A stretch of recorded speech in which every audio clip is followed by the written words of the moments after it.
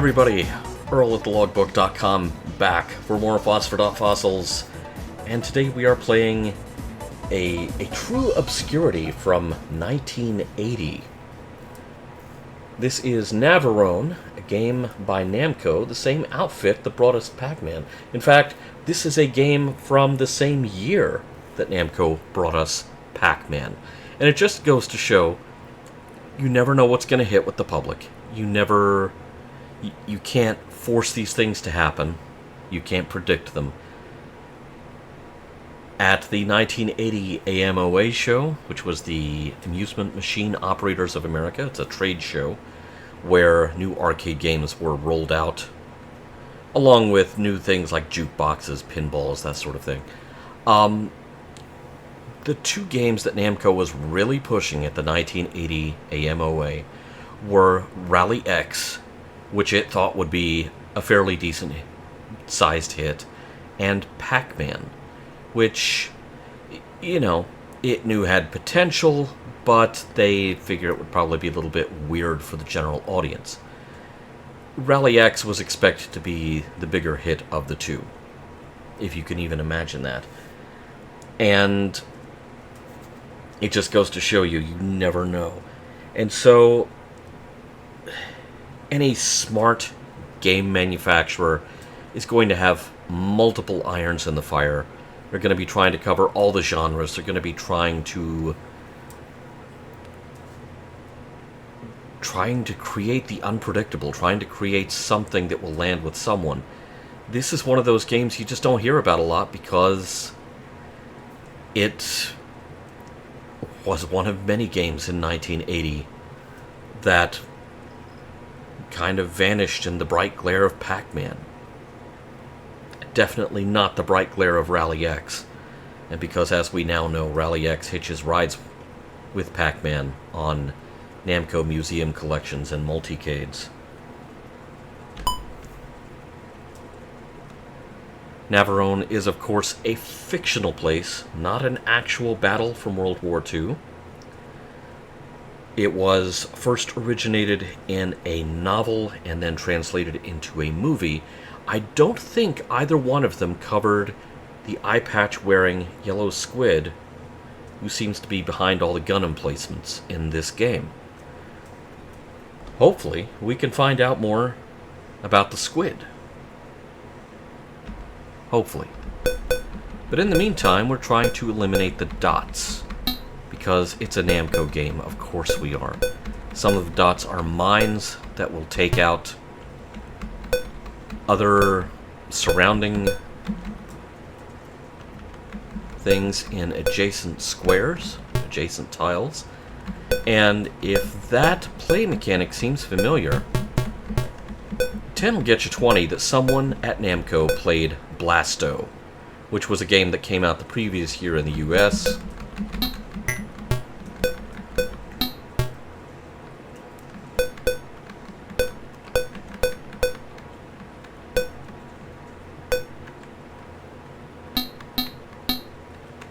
Let's see if I can assassinate the squid. Oh, I'll have to recruit new snipers for the squid squad.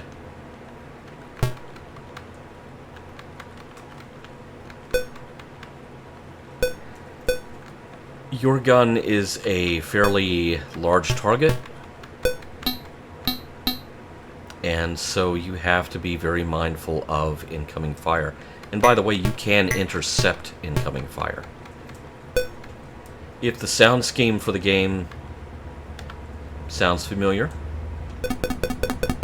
I cleared the screen.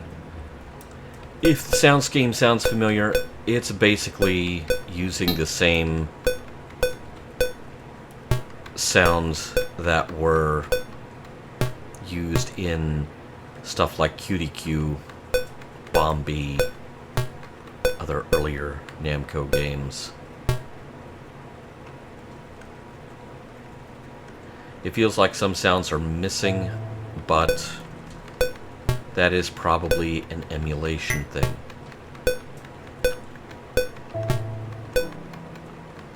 Guess who has mail? I have mail. Alright.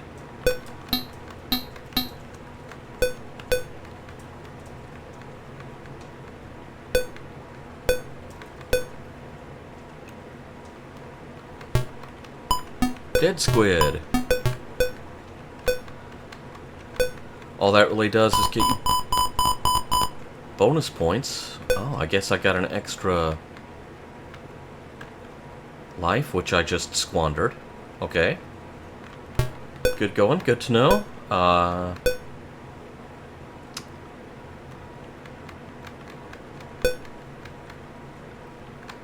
Alright, let's clear this screen. And we're on to round 3.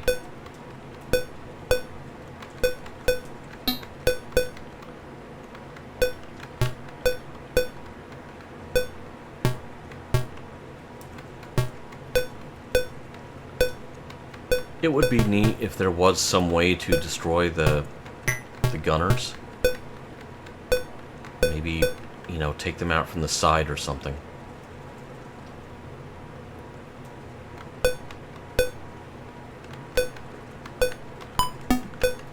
Dead squid!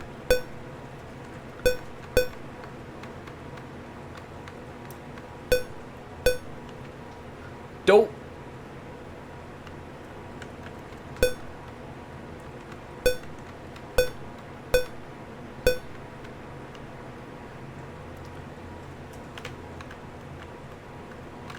The dots and mines thing definitely seems like a lift from Blasto, which was another black and white game, and I'm pretty sure this was a black and white game too, with screen overlays, judging by how things are behaving in the game. Whoa. Is it telling me to hurry up?